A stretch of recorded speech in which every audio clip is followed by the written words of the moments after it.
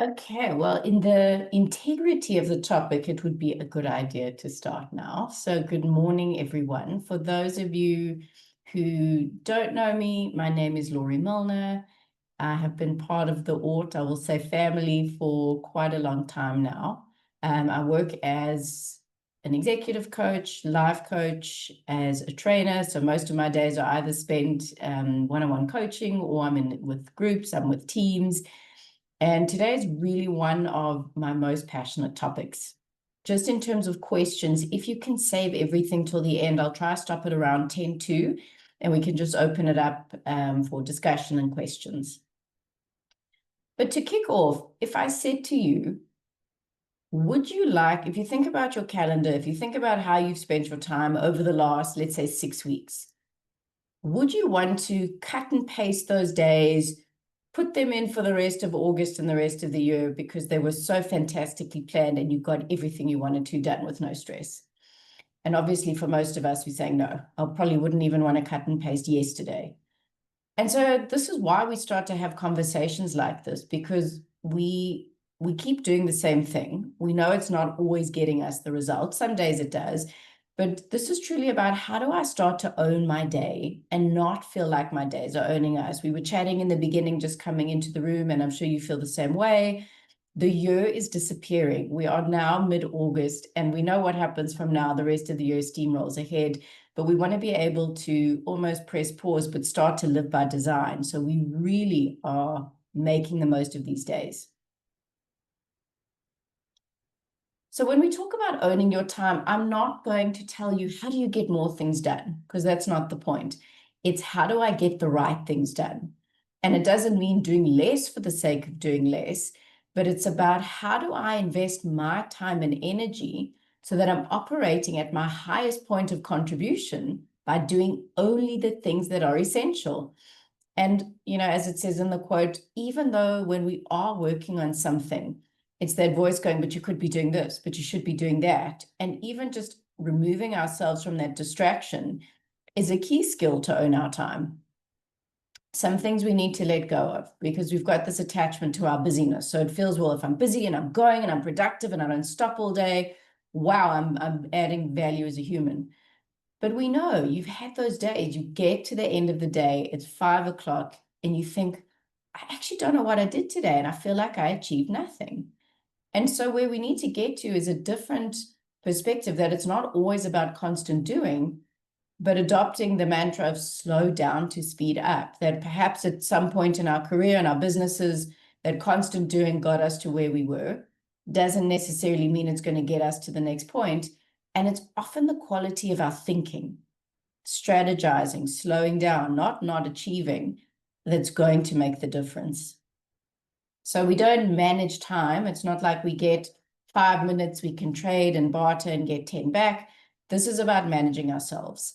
So if we were spending a lot more time together, and what I encourage you to do is to map out a typical day. So from when you go to bed, when you get up, to when you go to sleep at night. But even now, if you just think of a random day, what do those mornings look like? What time are you getting up? How are you feeling? Is it straight into emails, straight into work, straight into doing stuff for everybody else? Is there time for you? What does the day look like? And then equally an evening routine. Am I relaxing? Am I scrolling? Am I battling to sleep? Am I reading before bed? Just, what does a typical day look like? And then it's asking yourself these questions. What about my day is working? So right now, the way that I'm spending my time, where my contribution? What's working? Where are there pockets of enjoyment? And then what's neutral? So if I did this, if I didn't do it, doesn't really matter. But most important is, are there parts of my day that contradict what mattered to me, that alienate me? And we're not going to get to a point where we've got this perfect, harmonious day, but it's how do I start to design my days that I'm tipping the scale, that it's more about the stuff that matters to me. So this scene takes place in Central Park in New York. Sorry, I have to have a water. And so at the time, it was one of New York's coldest winters. So all these pedicab drivers were sitting around a fire trying to stay warm because no one in their right mind is going to go in an open air carriage in the middle of a New York winter, except one guy. There was one guy who was going up and down, busy the whole day. And eventually someone went up to him and said, "What are you doing?" And he said, "Simple, I have heated seats." And so the question becomes, what are your heated seats? Meaning, where in your day are you spending your time on the things you are great at, where you thrive, where you feel like your gifts are, where you're making your highest contribution? Because when our days are more around our heated seats, when we feel like we're being successful, that's when we get that sense of meaning and purpose. We're starting to own our day. And it's asking, am I spending most of my time on busy work or my life's work? So let us unpack very quickly, well, what is productivity? And it's the name we give for the best use of our time and energy with the least wasted effort. And productivity, like the iceberg, this is what we see going on the surface, but it's driven by the factors below. And the first thing that drives productivity, number one, is purpose. And I don't mean why am I on the planet, but what is the reason for this document, for this meeting, for this webinar? Because when I know why I'm doing it, what are the outcomes, it's giving me this laser focus on what do I need. So where am I going to focus? What are those, where's the productivity coming in? And then it's priority. What are the most important things? And this is determined where we are now spending time and energy. And as Greg McKeown says, to get the right things done, choosing what to ignore is as important as choosing where to focus. Which brings us to the first point in the first layer in the iceberg, which is about prioritizing. And interestingly, priority started as a singular word, and we created priorities, meaning more than one important thing. And I know it feels like often on days there's so much to do, I don't know where to start, and we're going to get to overwhelm later. But it's even just focusing. I always say to myself, out of these things I need to do, if I don't get this thing done, I know I'm not going to have a good night's sleep. And I'll ask what truly needs to get done today. So even though you go, but I've asked that and I've still got 10 things, if you're not familiar with the Eisenhower matrix, this is a lovely matrix to help you start to put things into boxes, to help you put the right things in focus at the right time. So first, let's do some definitions. Urgent feels like it needs to be done now, but it doesn't necessarily impact results. Important is if it's not done, it will impact results. So we have Q1, which is important and urgent. And this is the quadrant of necessity. These are the things that fly at us. There's no warning. They show up. Someone got sick. There's an emergency. The server blew up. A client is screaming. Something got delayed. You drop what you have to do and you go and sort it out. And although we're feeling like, wow, really productive and I'm getting things done, it's a very high stress zone. So we don't really want to spend too much time there. Q3, oh, we've left out urgent then, sorry. It's not important, but it's urgent. Sorry, it's at the top. I'm confusing myself this morning. Not important, but it's urgent. So now these are things, irrelevant emails, irrelevant meetings, reports that don't really need to be done. And if you are a people pleaser and you always like to say yes, you're going to spend a lot of time here. Q4, it's not urgent and it's not important. So this is the quadrant of waste. This is where we come to watch cat videos, to escape the world, to scroll. And there's nothing wrong with coming here, but we need to decide how long am I going to spend there before I get back to my other stuff, which brings us to Q2. It's not urgent, but it's important. And this is the quadrant of extreme productivity. So we come here to plan, to strategize, to network, to build relationships. And the hard thing about spending time here is it feels like, oh, I'm wasting time. Could I be doing something else? But time spent in Q2, planning, getting things, plotting ahead is going to keep you out of Q1 because Q1 is also lastminute.com. I'm panicking. I'm doing things at the last minute. So as I said, guys, I'm going to share the slides with you. And these are just some ideas and examples of, okay, but what really fits into each quadrant. So this you can look at after the session. So now when you start to think about your day, think about where you're spending your time, ask yourself, if I'm honest, which quadrant, where am I spending most of my time? What activities take most of my time? What can I delegate? What can I eliminate? And what can I automate? So even if you can start to see, wow, I'm actually spending so much time on these reports or certain meetings, what could I start to do differently? And if I'm honest, do I need to be there? So when we can answer the question, did I spend today doing the majority of today what I'm great at? We know we're putting our time into the right boxes. Which brings us to-do lists. And if I can't, obviously cameras are off, but if I said to you, who uses a to-do list? I imagine all of us are putting our hands up. So I want to give you a slightly different view today and to steer you a little bit away from to-do lists. Because what happens? You start your day and you just start plodding down. I've got to do this, got to do this, got to do this. And it becomes a guilt list and a survival list. And every time we look at it, it gets longer and it makes us feel guilty that we haven't gotten to half the stuff yet. It's also not that strategic because the first thing you wrote down may not be the priority of the day. It's just something that popped into your head. So instead of a to-do list, what if we came up with a success list? And your success list is different because you can only put 3 big things, 3 things in the day. And you think, but I've got more than 3. But if you're honest, you're never going to have more than those 3, the big needle movers. If I spend time, if I get this thing done, it's going to free up so much other space. So now you take your success list, you write it and have the list with the other bits and pieces, but this is what do I really need to focus on today? And what I'm going to say now is the most obvious basic thing, and you're going to go, but I know this, but I will challenge you, not even CEOs get this done right. You're going to take your success list, those 3 things, and then you're going to plot them in your calendar. When and where are you going to work on it? And it sounds obvious, but we don't. And when I'm working with clients and they tell me they're overwhelmed and I say, do you plan your day? They go, but I've got a to-do list.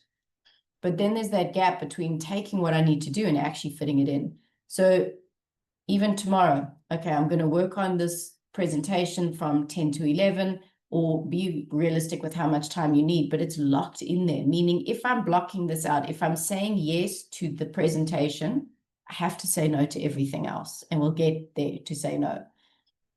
And I know it sounds obvious, but if I came and sat next to all of you and I said, okay, open, show me your calendar for the next 2 weeks, would I get a sense? What are you working on? What's important? What skills are you building? Or is your diary just this flood of Teams meetings and you run your day by your inbox? So you get in and you go, who needs me? So what can we do about it? Number 1, put your task, the most important one, in the beginning of the day, but before you check your email. Because what do? I know I've got to work on the presentation. Let me just check in. You open your inbox and now there's 10 new things that have come in. Everything's fighting for your attention. And you're probably thinking, but what if it's urgent? If it was that urgent, they would have phoned you.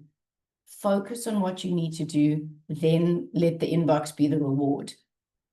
Some things that are obvious, schedule your personal time. If you've got to do school lifts, if you've got to do stuff for parents, if you've got errands, whatever it needs to be, put it in the calendar. It's not in the way. I always say it's on the way, because then I'm not going to get resistant and I'm not going to get resentful about it. So when I say plan your week before you're in it, what I like to do is take a Friday afternoon or even a Sunday, and I look at the week ahead and I look at what I need to do and I start planning. Okay, I've got this talk, I've got this presentation. When am I going to plan? When am I going to prepare?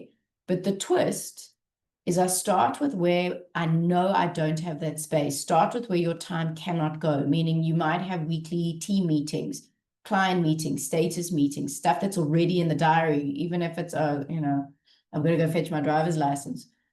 So then you get a realistic snapshot. This is what I need to do. This is the time available. So we can also start to be a bit more realistic in terms of what we can get done in a day.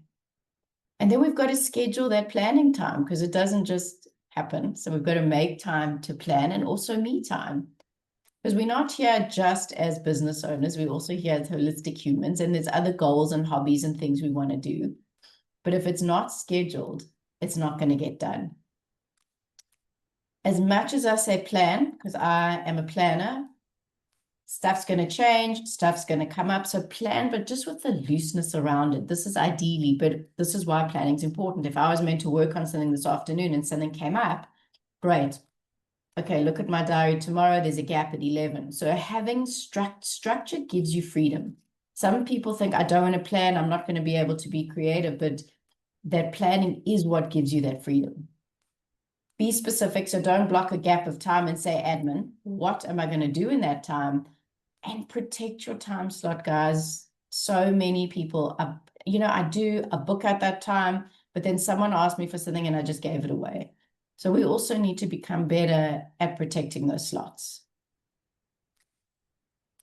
Which brings also, work-life harmony is not given. We're always striving. We're going to talk about balance a bit later. The good news is there is no such thing as balance, which is why I've called it work-life harmony. We've got to start to create it. And especially when you are the master of your diary, no one's going to do it for you except you.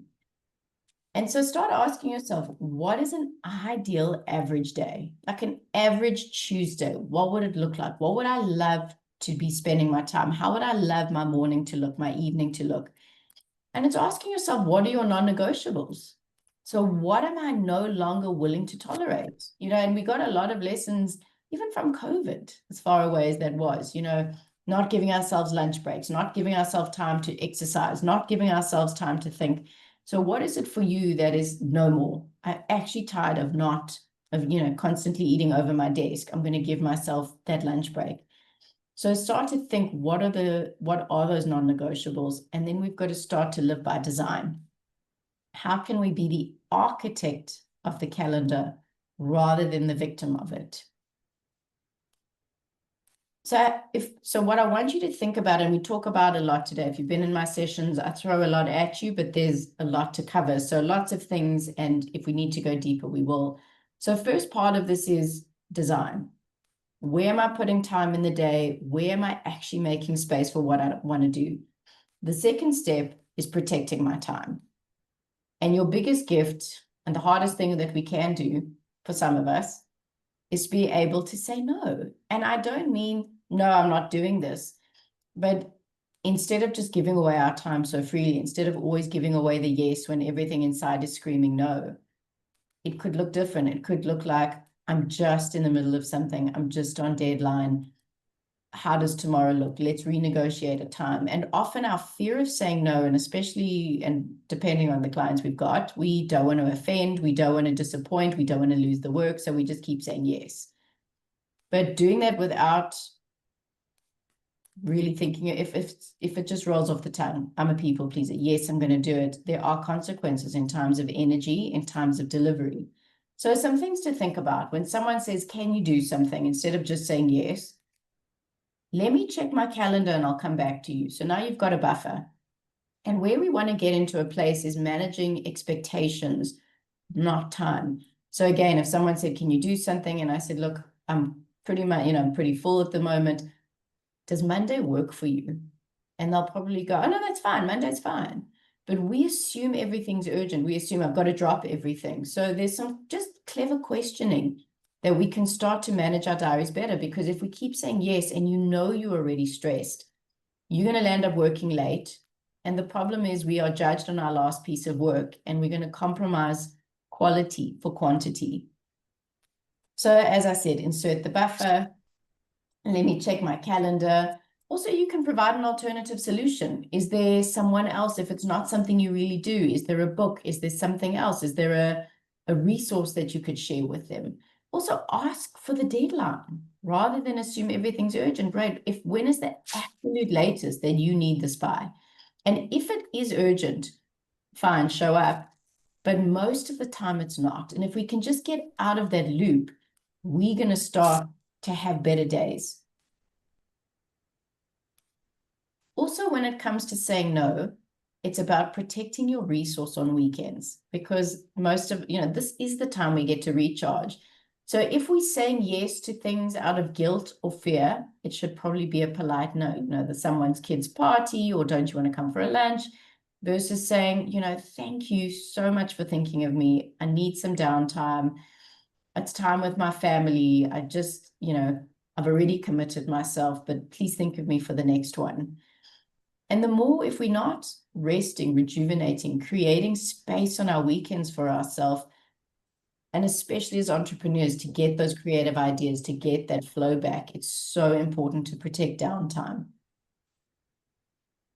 As I said, I'm going to send you the slides, but really it's getting into the habit of, instead of saying yes to everybody else, where do I need to start saying yes to me more often? And as Warren Buffett says, the difference between successful and really successful people is the really successful people say no to almost everything. So it's reflection and asking yourself, am I avoiding conflict? Am I always in Q3 activities because I don't want to say no, because I'm worried about offending, because I don't want to disappoint? And what is the consequence? Where does that put you under pressure? How does that impact your work? And so how do I need to start doing things differently? So as much as we want to plan, and we do plan, and we should plan, and as much as we protect our time, there are going to be elements in the day that I call that they're time wasters. They're things that the time disappears and we don't know how. So the first time waster, and we all do this, is procrastination. And we're all going to do it for different reasons. For some of us, it's to avoid failure. For some of us, it's because we want it to be perfect. Or it's boring, or it feels like it's monotonous. I'm doing it again. But procrastination, very simply, is the habit of putting off something until a later time. And so we want to interrupt that pattern. So instead of avoidance, we want to get into the habit of starting, because that's where that's where your energy gets drained, as you go, I should start, I should have started. She's got this thing coming up. But once we sit down and do it, it just gives us so much more energy. And most of the time, what we avoid is never as bad as we think it's going to be. So number one is getting into that habit of starting, which is why scheduling is so important. But what we don't realize about procrastination, it's an emotion management tool. Think about something you're putting off right now. And I'm pretty sure it's going to fit into one of these categories. If I spend time on this, I'm either, what if I get judged? What if it's not good enough? What if I'm an imposter and they're going to find out? What if I fail? What if it's not perfect? So all these emotions start to come up. All this discomfort starts to come up. So to avoid the emotion, I'm just going to avoid the task. And then I'm going to find, and then I'm busy all the time, but maybe not on the right thing. Maybe I'm busy reorganizing my cupboards. Maybe I'm busy filing my emails, but I'm not doing the thing I'm supposed to be doing. So it's just catching yourself in that moment. Why am I delaying? And then the secret is to start small. So if you have to do a presentation, don't think about the whole presentation. What's one slide? What's slide one? What's one bullet point? And the other reason we put it off is because we make the outcome so much bigger than it needs to be. You'll say the whole future of my career is resting in this presentation. So we freak ourselves out, so we avoid it. So this is also just about self-awareness, but break it down. Same with self-care. Why do we avoid doing it? Because we think we need an hour. What if you needed 10 minutes? What if we did one squat? What if we did 2 mindful breaths just to start, begin the habit, and then we'll figure out how to make it bigger later on. And so it's creating what I call micro wins, which is exactly that first step. The first slide is a micro win. Going for a 5-minute walk is a micro win, because it's from there we can start to create momentum.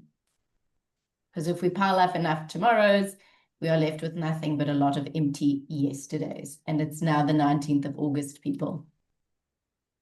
So do we prioritize anxiety avoidance over discomfort? And my favorite quote from Jim Kwik, he said, so often the treasure we're looking for is hidden in the work we're avoiding. Another way that can get you out of the procrastination habit is to ask yourself, what is the impact on my brand? So I was working with a client who was a serial procrastinator and really avoiding big tasks, letting her boss down. And I said to her, what do you want to be known for? How do you want this person to think about you? And she goes, well, I want to be indispensable. I want to be their right-hand person. I want to be that person they come to. I said, right. And do you think your actions are going to create that response, to create that impact? I said, because this was late and this was deferred and you've asked for an extension here. And just the penny dropped, where it was, wow, inside it was this total fear of letting her boss down. But the thing she wanted to avoid is what she created by procrastinating. So another thing you can ask yourself. And kind of a cousin of procrastination is overwhelm, because sometimes we don't start simply because I don't know where to start. I don't know where to start. I don't know. And we just feel lost. And so we kind of get into this spinning. So what we can do, an exercise you can do, is what I call a mind sweep. And that's simply take out a piece of paper, write down everything that is on your mind right now, the big things to the little things. Could be, my stuff's been at the dry cleaner for 3 weeks now. I just need to go fetch it. Or it could be something big for the business. Once you've written everything down, you now mark, what are my top 3 on this list? What are the top 3 things that I need to get done? What's the next step? And the next step could just be download the form, get the contact number. And the final step is you schedule it. So you open your diary then and there, you say, okay, I'm doing this here, I'm doing this here, I'm doing this here. And when the slot shows up, pops up in your calendar, do not press snooze or delay, go get it done. But what else you can do is go through a series of questions to manage your overwhelm. So number 1, what are my strengths and resources? Do I need more information? Are there any upcoming deadlines? Why am I feeling this panic? Why am I feeling this overwhelm? What do I need to do to prepare?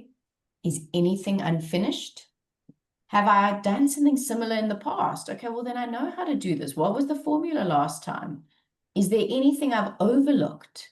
Can I delegate or ask for help? And what is one small task I could complete right now? So go through these questions, journal them, and you'll see as you start to answer, you're going to start to calm down. You're going to start to give yourself clarity. That's also why we don't start. It's not ability, it's lack of clarity. So distractions are always going to come up. We plan this amazing day and we think, but why didn't I get things done? So also that's why I say be realistic. But in terms of distraction, the person who distracts you the most, if you're honest, is yourself. So are you a self-interrupter? Because think about it, you sit down and our phone is the worst device to get in our way. So we start something, you hear a ping, you hear an Outlook notification, you drop what you're doing, you check, and then it's something on the family chat that's irrelevant. So really be realistic. If I'm being honest, how much of this time am I, and I'll say wasting, because I keep getting distracted. I'm allowing myself to be distracted. So what's the way forward? If you are doing something really important, mute your phone, put it on silent, mute the chats that are not that important. If you check them later or at another time, not the, if you've got kids, don't mute those, but the stuff that the group ones, the friend ones. And something that you can do as well, and I'll send you this, it's just little tricks you can do with your phone. So take silencing notifications, closing Outlook, closing the social media apps, rearranging your home screen. So don't put all the socials and things that draw your attention on the homepage, because as soon as you look down and you see 20 messages or 5 messages, you think, oh, what is that? And I'm just interrupting myself. So this is managing the environment of distraction. And it's hard not to have, but when everything's pinging, and it might be hard to feel like, but how can I close Outlook? How can I close socials? That's what's going to give you the focus you need. And multitasking is a myth. I'm sorry to say. This is what we did really well in COVID, because it felt like a survival strategy. But the problem with multitasking is that it's more task switching. And so I'm not putting my full time and attention, but what they say is that it takes 23 minutes to get back to what you were doing. So it's always better, finish this thing, close it, and then move on to the next thing. And it sounds silly, but practice doing one thing at a time. So if I'm making coffee, just make the coffee. If I'm brushing my teeth, just brush my teeth. I don't need to be checking my mails and phoning someone else, just to get in that discipline. Email is a time waster.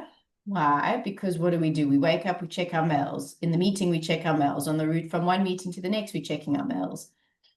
So and this came from Tim Ferriss, and a better way to manage your emails, because they're not going to stop. But just try check them at assigned times during the day. So after your first task, check your mail. At lunchtime, because again, we keep switching tasks, we're switching our focus and attention. But the best thing to save time, instead of we all get those email trails where we keep mailing back and forth and there's not really clarity, is pick up the phone. Pick up the phone. We all know a 5-minute conversation is going to save us so much time, get clear understanding, then put it in writing, rather than 8 days and 26 mails to achieve that could have been done in a minute. Where else, in terms of how do we start to manage our day? It's not just about the activities that are sitting in the calendar, because you could have the most perfectly planned day. What is my headspace? What is my energy when I'm showing up to it?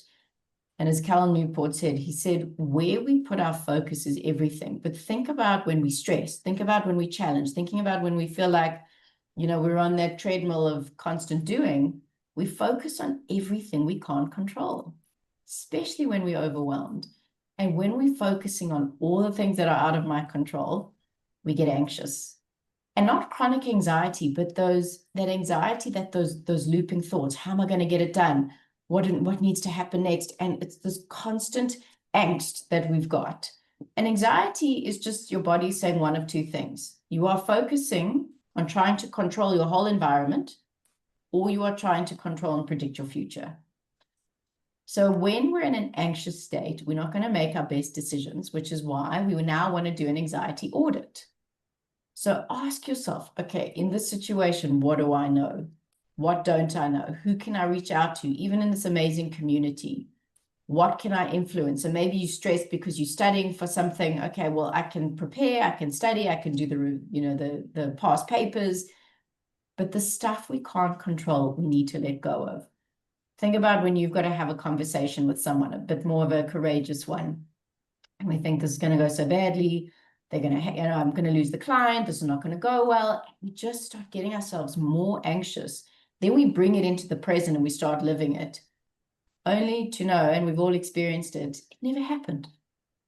The conversation was fine. The thing we were worried about didn't happen. You passed your thing. So it's just noticing. If I cannot control it in this moment, let go. What can I control? Where can I put my focus? And most of the time, even if it's something self-care, but even if it's your breath, I can just, if I take 10 deep belly breaths, I'm going to relax. I'm going to get into a calmer state. Calmer state is going to give you more resource than sitting in anxiety. Interesting, Brené Brown said, we have patterns of behavior when we get anxious. We either overfunction or we underfunction. So overfunction is get into that autopilot, right? What needs to happen? Let's get it done. And you just go, go, go, go, go, switch off all the emotions. Underfunction is shut down. It's this deer in the headlights. I can't help. I need to be helped. So also interesting to know, where do we tend to go? And it could be different from work and personal. Maybe in work, you go into hyperdrive. In a personal situation, you tend to shut down. Just interesting to see, because it's also going to impact what are the decisions? What am I doing with my time? And so where should we focus is on gratitude. Even if you're going, okay, I can't control this, but I've got these clients, I've got my family, I've got my health, I've got this. It's helping us focus on what we have, not what we don't, which is always going to be a stronger resource. And to quickly touch on perfectionism, because this does become a time waster and it's another cousin of procrastination, but done is always better than perfect. And there was a quote, and I'll remember the name, but that perfectionism is the highest form of self-abuse. And perfectionism is not achievable. So get it done, then sit and edit it. Get it done, then see where you can improve it, but to never finish something. I once asked a client, if you did something and it was as perfect as you wanted it to be, what would I see? What does perfect look like? She said, I actually don't know. So what is this sense of perfection we're chasing? And most of the time, so rather than focus on perfection, focus on progress. It's not about getting it right the first time, even if it's a hobby, even if you're getting back into exercise. Was I better than I was last week? Was I better than I was 2 weeks ago? And it's just, if we can see we're making progress, even in terms of maybe you come into a new role and it's feeling a little bit overwhelming. Is it feeling more comfortable? And that's what we need to measure ourselves against. And also being okay with being bad at something new, or being okay sitting in the discomfort that in these areas, geez, I'm so proficient, but in this new thing, I don't like feeling out of my depth. But be okay with that. not to stop doing it, but to keep moving towards it. So as I said, I was going to come back to harmony. And this is really important in terms of lifestyle design and managing our days, because there is no such thing as balance. Balance would mean everything's absolutely perfect and in alignment, but harmony can look different for all of us. And harmony can, every day can look a little bit more different, but it's what does it mean for me? Again, this comes back to lifestyle design. So for me, harmony is presence minus guilt. It's when I'm working on, when you are at work, be fully in it, immerse yourself in it, not feel guilty that you're not with the family, you're not doing something else. But probably more importantly, when you are in downtime, when you are relaxing, when you are with the family, not to feel bad, or but I should be working, I've got that email I need to send, I've got this presentation I could be doing. When we can be present, and maybe it's only 20 minutes, depending on what's going on in your world, that's harmony. Easier said than done, right? So how do we start to achieve harmony? Because we talk about work-life balance, saying that we are only work and life, but we are not. Our world is made up, it's about our health, family, friends, our relationship, our mission, finances, adventure, hobbies, spirituality, growth. So if you look at this wheel and you ask yourself, in the last 30 days, where would I rate myself out of 10? So maybe family is actually an 8 out of 10. I've been spending time, but fun, geez, that's a 2 out of 10. Personal growth, I haven't had any time to work on myself. So this is recognizing what is out of harmony and how do I start bringing these different parts into harmony. So if maybe personal growth is about a 4 at the moment, what's one thing I could start to do this month to bring it more into harmony? Maybe just when I'm getting ready in the morning, I'm going to listen to an audiobook instead of listening to the news or the radio. I'm going to put on a podcast, an audiobook. Fun and adventure. When did you take out a board game? When did you do something different? Doesn't mean you have to spend money, but it's noticing when I start bringing all the parts of me back into alignment, that's when I'm going to start to feel harmonious. And choose one to focus on each month, or one little action in each sphere, so that we're starting to come more into wholeness. So what if we replaced work-life balance for work-life choices? Because ultimately every choice we make makes us. How do we start to maximize our time? So we've identified, or, I procrastinate and I fall into perfectionism. That takes my time. What am I doing to get it back? So firstly, I call it set a quitting time. So decide for yourself, and I know it's different every day as entrepreneurs, but what time ideally does my day start? And ideally, what time does my day finish? I'm not talking about the exceptions. So if your day starts at 8:30 or 9, it means everything before that belongs to you. That does not have to be work related. So if you are in the habit of getting up and going straight into mails or straight into something work related, what if you took half an hour? What if you trained yourself to wake up a bit earlier? What is missing in the morning that you need to give you that energy for the day? And likewise, when we say, okay, quitting time, 6 o'clock, 5 o'clock, whatever time, that means any time after that. And it's hard because you do want to check in, but there's a difference between just checking into mails and still being present versus I'm now going to go sit and work and start again at 10 o'clock at night. We've got to start to set those boundaries for ourselves. So someone with no boundaries, I don't want to disappoint. I want people to like me. I'm the yes person, but there's a cost to it. So we can set boundaries around our devices, when we're checking in, when we're prepared to be interrupted, but also when you do take leave, put on your out of office. I had a client who was furious that someone phoned her during her leave. And I said, but did you put an out of office on? And she said, no, not really. I didn't want anyone to think I wasn't available. And we're all guilty of this. I'm on holiday, but what if things fall apart? But it's important to give yourself those breaks. Even taking breaks during the day. We should not be sitting from 9 to 4 without a break. And a break could be after 60 or 90 minutes, minimum, max 90 minutes. Stand up, go get a glass of water, go get a snack if you need one, but not just sit and grind through the whole day. Taking breaks during the day, but also planning. Don't wait until you're nearing burnout to plan your leave. So plan your rest before you need it. Have something to look forward to. When did you last take time off? When are you taking time off? Maybe it's a half day, but not waiting until you are absolutely exhausted. Plan it so that you can start to manage your energy, which is bringing us to the next point. Because if there's one thing that will separate us in terms of truly owning our days, it's the energy we bring to it. You can have the most perfectly planned calendar. If you are exhausted, if you are burnt out, if you are foggy brain because you've had really little sleep for a long time now, it's going to impact it. And I'm telling you again the basics because we all need the reminders of the basics.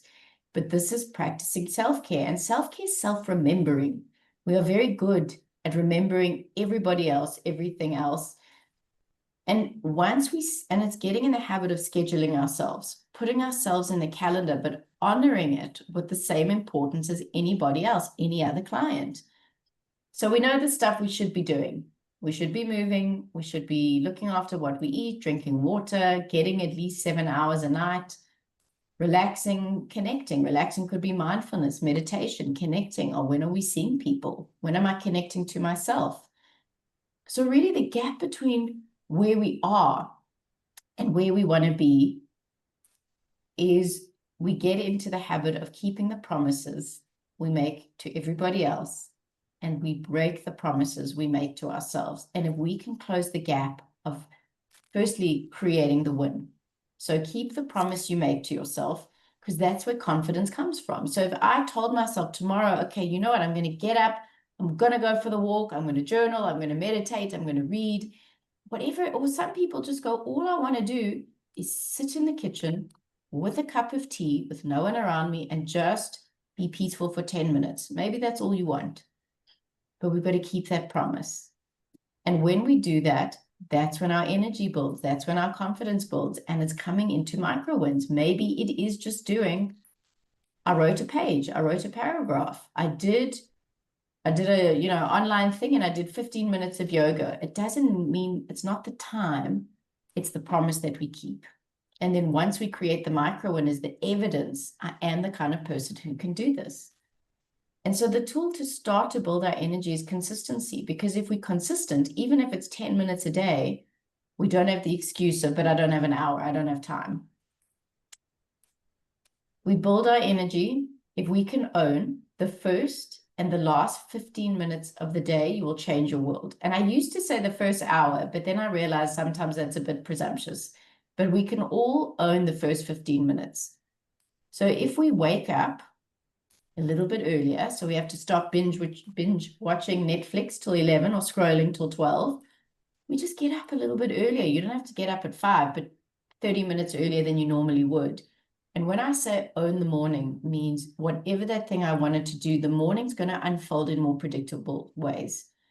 And it's that sense of, I've kept that promise. I'm putting myself into a peak state. I'm triggering myself for how I want to feel today, for the energy I want today. Otherwise, everyone else is going to do it. So the rule of own the morning: do not check your phone first, because as soon as you see emails, messages, you're going to ditch yourself. And don't hit snooze. And the only reason we may be hitting snooze is because I haven't really decided what I wanted to do. So use your evening routine to set you up for the next day. So the night before, decide, tomorrow I'm going to do this. Can I leave out the username and password? Can I leave out the mat? Can I leave out the exercise clothes? So that when I wake up, I'm straight into that micro win. And it's also not just about a to-do list, guys. Owning your time is about a to-feel list. How do I want to feel at the end of each day? Exhausted, stressed, overwhelmed, or energized and content and grateful? And the difference between how you may be feeling now and how you want to feel, show me your calendar. If you want to feel more content, where are you making even space to think, space to plan, those self-care activities? And not only the self-care activities, what are you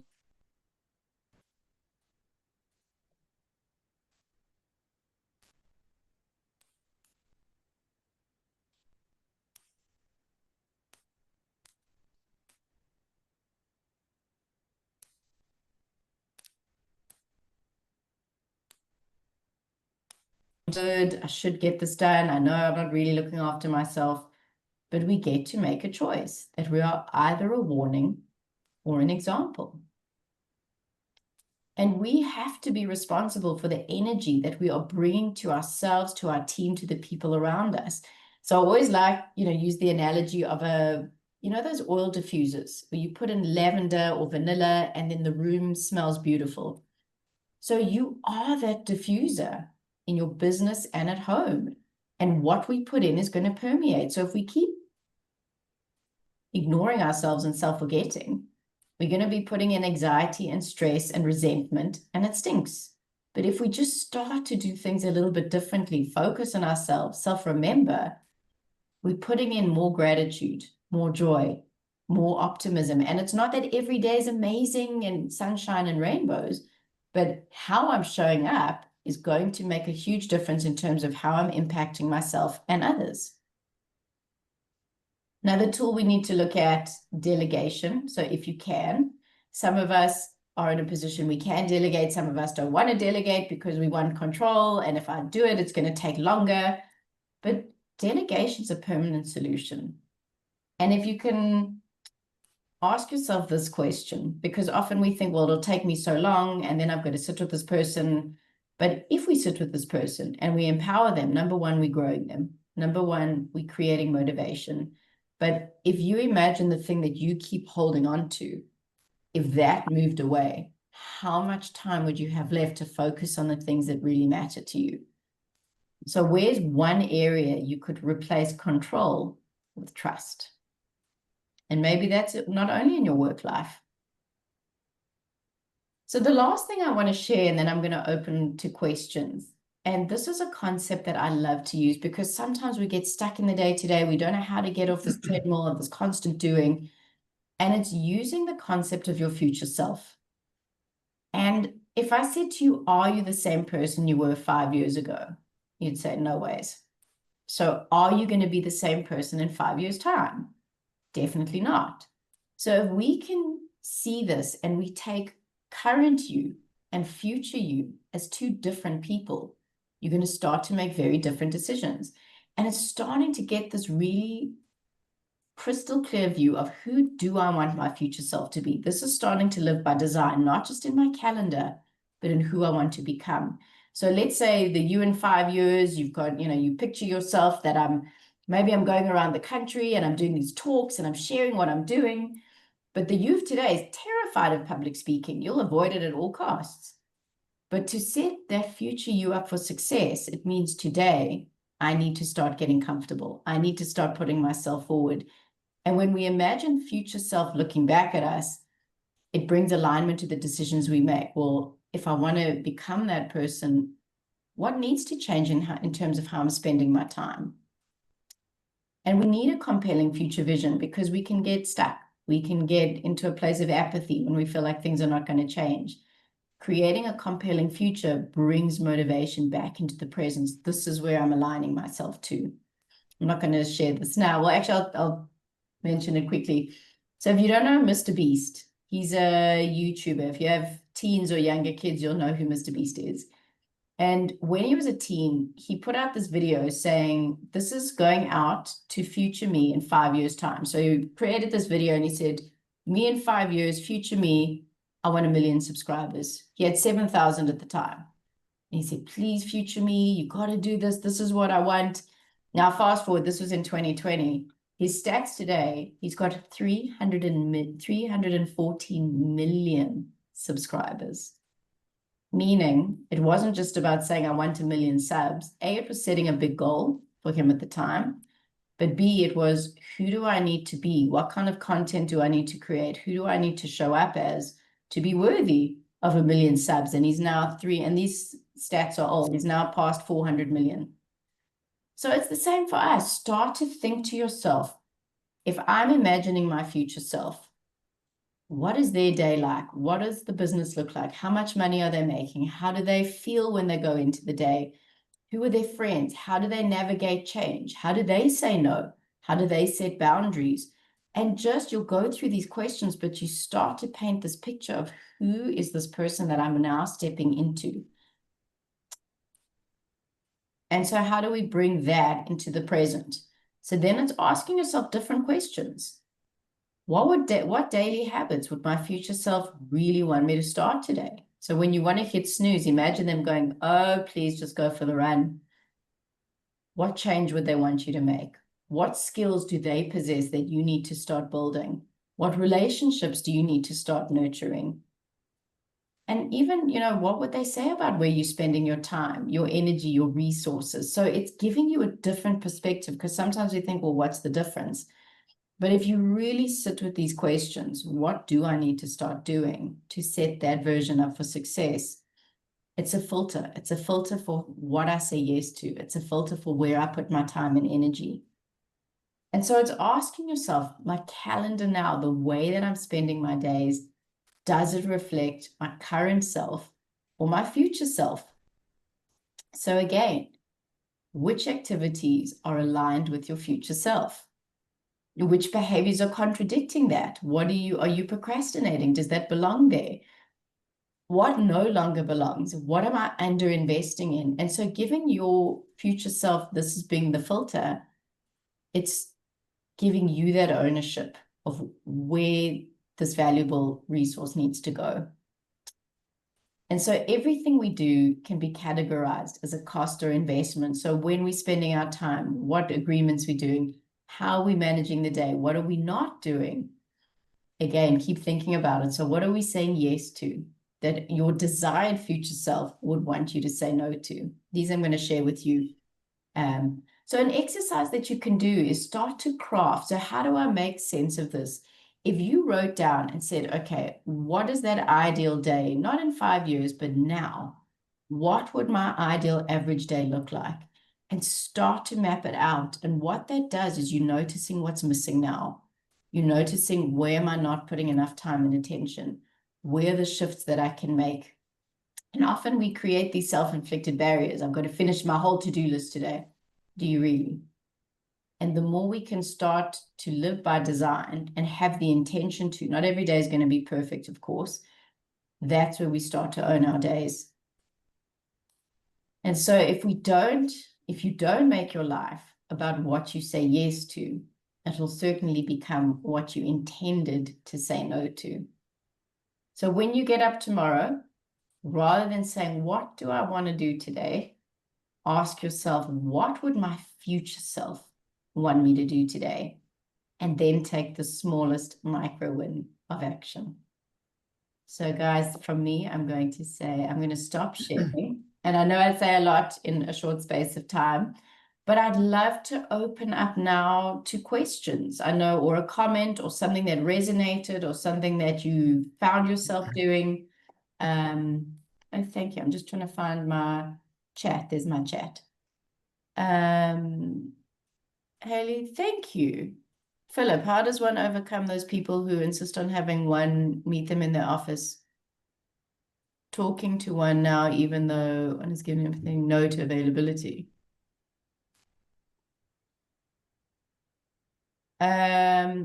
Okay. So I think this is about healthy boundaries. But I think also, does this person do this all the time? Is this person insistent all the time? Because we teach people how to treat us. And if this is a pattern, and this is not only to Philip, and thank you for that question, and maybe there are people in your life who are also like, no, but I need this now. I need this to happen now. But it's a pattern. Sorry, interrupting you there. So I'm not sure if they've done it to other people, but this one group of people have done it to me on more than one occasion. In fact, the last time they did it to me was just about 8 or 9 weeks ago. I was traveling with some other people in a car. We're out of town. We're on our way somewhere between Brits and Marble Hall. And I get this call on my phone. I put it on speaker so that everybody else in the car can hear.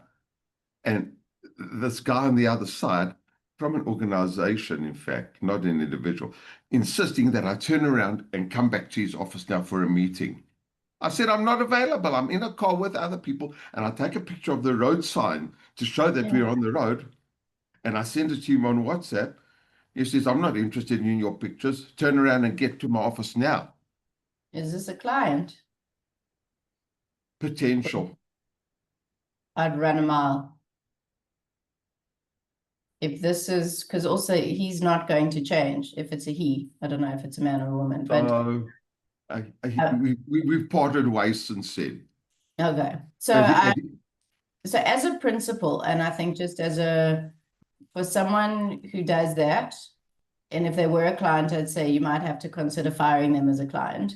And maybe it's not that easy, but the point is, what are we willing to tolerate? So someone that's that rude, that's going to phone, and you could very politely, I'm so sorry, not even sorry. Thanks for your call. I'm in a meeting. I'm on the way now. I can't make it. Here are my times. I'll send you when I'm available.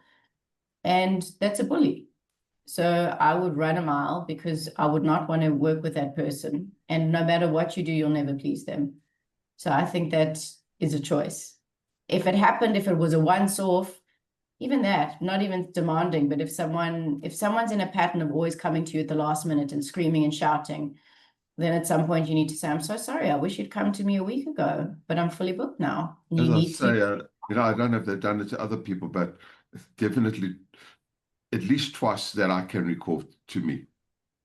Okay, so I would, on that, because I just want to open to any other questions, I would say that is not someone, you need to make a choice if you're prepared to work with this person, or you have a conversation, you say, what I've noticed is you phone me, say it's been more than one occasion where you phone me, you demand that I'm coming, then I drop what I'm doing. I cannot work like that.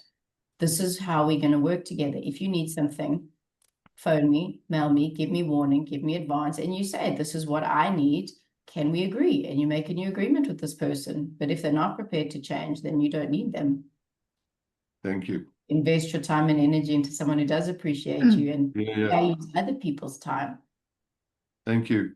Thank you for that. Oh, thank you for the comments. Who else, guys? We've got 2 minutes. Who else wants to ask a question or a comment or post or a question on the chat if you don't want to Can I ask you something, Laurie? It's Hayley. Hi. Firstly, thank you. That was really outstanding. It resonated. It was just so practical and really inspiring. So just exactly what I needed. And, I was thinking the whole time, it's all amazing in theory, and it's inspiring now as I listen. I'm like ready to start and make but I have tried a lot of these ideas before. What I really took home from you is just start small, like make little manageable goals. But, so I almost thought maybe I mustn't ask this question because I really am inspired to go and manage and do it. But what I just want to ask is, say, for example, in the morning, I go for a walk before I start my day at 8 or 7:30, and I know I must be home at 8:30. And I stop for a coffee in the middle. It's put into my plan. But then I'm sitting and having coffee. I live in Cape Town. It's the most gorgeous day. I think, this is such a fabulous moment to let me get thinking in my head or strategic, and I justify it like this is brilliant time for strategy. I've got every reason that it is productive, etc. But it sabotages the process. And then I get home and my whole day is off, and I'm like, Jesus, I just went for a walk. Like, why is it 12 o'clock already? So that's really what I want to ask you. Like, I know what you're going to answer because I've answered it myself based on your talk. But what happens when it doesn't work? What have you tried? Well, I haven't been successful, but after listening to you today, I'm thinking like, if you've put it into your calendar, that holds you accountable. You actually don't have time to do this now. Put it into your day tomorrow and find time to strategize when you're walking tomorrow and add it. I kind of know what the answers should be. I'm really just asking what happens if you just don't, for whatever procrastination reason it's not going to happen overnight, Exactly. And so I just want to say to anyone who needs to drop off, I know it's 10:30, so if anyone needs to drop off, please feel free. I know we're at time. Hayley, I'm happy to stay on and answer the question if you've got a few minutes. So I love that question because it's so real and it's so honest. And but what is positive is you can see this whole pattern playing out. It's not like so being aware of the pattern is the first step, because otherwise you'd be, geez, I had the best day. It's kind of like, I know I should be working. And I'm off. And if you said, okay, I'm going to keep the walk. The walk's amazing. If the coffee makes it great. But then it's also being realistic, because if that is your place that you go plan and strategize for the day, amazing. But this is now knowing yourself. But if doing that is the trigger that I'm going to sit there for 3 more hours, I would never say, please don't stop the walk. But maybe it's, I'm not going to stop for the coffee. Maybe it's, I'm just going to go for the walk and come back, or go for the coffee, but walk back with it. The question though is, what are you avoiding? Because I could give you all kinds of, tools and things, and then it's behavior driven. But you've got to get deeper than that. And it's often about saying, okay, what is it I'm avoiding? Why am I avoiding actually doing the work? Am I nervous that I'm not good enough? Am I worried what people are going to say? And then also knowing yourself is using your calendar as a tool for discipline. So, right, I need to be back at 9:30 and I'm starting on this, and whatever this is, and just work on it. You don't have to finish it, but start. Okay, so maybe I must actually schedule a person, like a one-on-one, because do you know what you need to do? Because that sounds like a silly question. Do you know, like, when you get back from the walk, do you have clarity in terms of what the rest of the day should look like?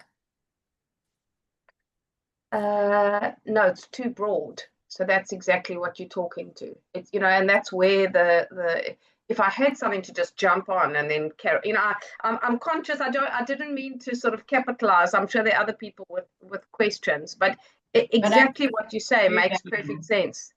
This is valuable for everybody, so I don't really want to. Okay. No, fine. So so that's the point. I don't have the clear, I've got like 3 or 4 goals to do, and that's exactly what happens. I think, okay, so if I don't start it at 10, I'll start it at 11, and I've got the whole day of flexibility. And then it's like 6 o'clock, and the kids are home, and everyone's like demanding, and I'm like, oh Jesus, I didn't get to half of it. So I mean, you literally spoke to me when you gave your whole, I was like, oh God, have you got a camera into my life? And that's why I say is, so it's about that success list.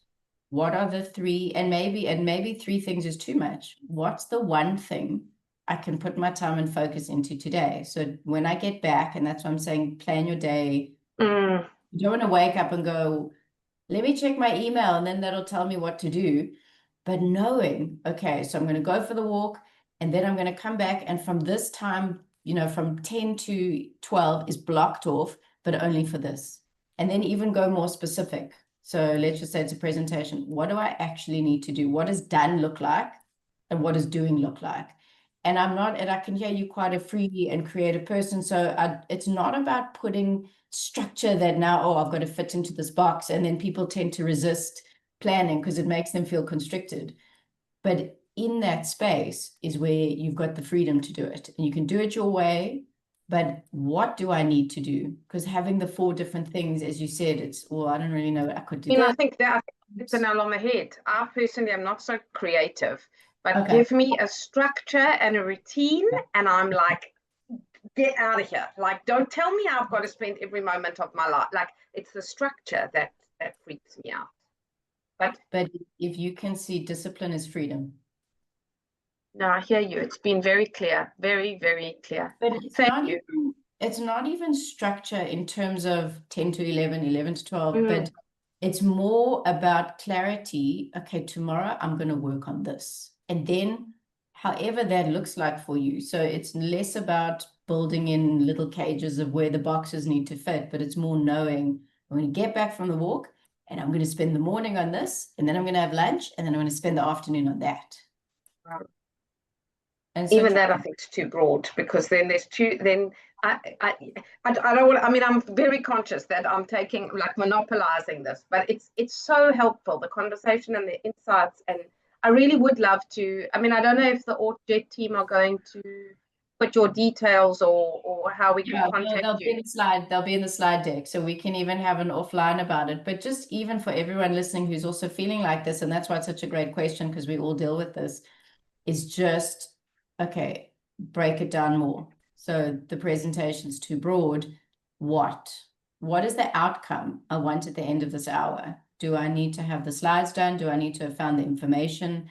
Do I need to have contacted or set up sales calls with 5 clients? What is the outcome that I want, and work backwards from that? Amazing. Thank you. But thanks for the question. It's a great question. I'm going to be the most productive kid on the block after this. You can But see I'm a don't- type A. Do not Thanks, stop. Lorraine. Pleasure. Thanks so much, Haley. This was recorded and you will get a slide deck. Guys, anybody else want to ask anything or share anything? I just want to ask quickly. I saw that you had color coded your day, which I think was an excellent idea. What color? What do you use? Like what coding do you use? Like green for do it, red for urgent. Just something that we can just get some quick idea of what you think works. So that's so funny. I'm smiling because that wasn't my calendar. That was I think an image from Google Images when I searched busy calendar. But what you can do, so to be honest, I don't work in a colored coded system, if I'm being honest. For me, a lot of people do. So you could choose, like, you know, work is personal, self-care, maybe when I'm at gym, that's my red. So you can, there is no, the thing with time management, it's not set in stone. It's, you've got to know what works for you. So for me, so you can choose if color coding, because it's resonated with you, is going to give you a good sense of that, then pick and choose if that's going to help you. For me, it's about my everything scheduled. So my exercise is scheduled. If I'm doing a school lift, is scheduled.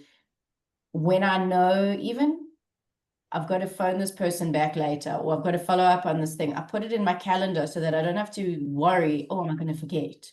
So everything has a home and a place, but the important stuff is scheduled. When I know I've got to prep for something, it's blocked out. So that when someone says, can I see you? I'll go, I'm really sorry. I'm actually booked at this time. I can help you at 11. So I really protect my time. And I think that's what I've learned to do very well. But also be agile. Not everything's going to go the way that I want that day. And that's fine. But there's enough. I can see where I can fit it in. And I plan backwards quite a bit in advance. I don't do well under pressure. I like a lot of time to work on something. So I think those would be important. And then color code. That's a great way that'll work for you. Does that answer your question? Yeah, no, thanks. Awesome. I have problems checking my mail. How can I improve?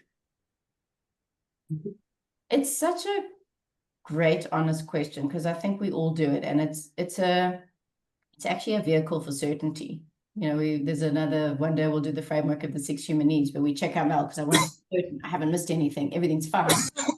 But in doing that constant checking, we slow ourselves down, or we get bogged up in the, you know, the Q3 stuff. Or that's a Q3, that's a Q3, but I'm not making time. So it's simple as it sounds. And a great book, it's 10 years old now, is Tim Ferriss's The 4-Hour Workweek. And he doesn't mean work 4 hours. But he just says, check your mail at assigned times during the day. So check in the morning, or say after you've done your first task, don't look at your phone. Check on the hour. If you're obsessive and doing it every 5 minutes, maybe if you check only at lunchtime, it'll freak you out. Just check less frequently and trust that if something's that urgent, someone will phone you. And if you miss something, they're not going to, you know, the business is still going to be fine, but it's also knowing where's a better place of my focus. Am I also being distracted from the most important things? Because when you know what you've got to work on, that email is a distraction. And it's like, I don't want to touch my inbox. I've got to get this thing done. So it's also knowing what the most important thing is the leverage not to check your phone.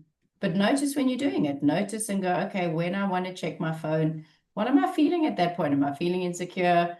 Am I bored? Am I not working on the most important things? So also use it as an experiment. But it is a way to make you feel safe, to feel certain, okay, everything's fine. If that, Thank you. some food for thought, Odette. Thank you very much. I appreciate Pleasure. Thank Okay, guys, anybody else?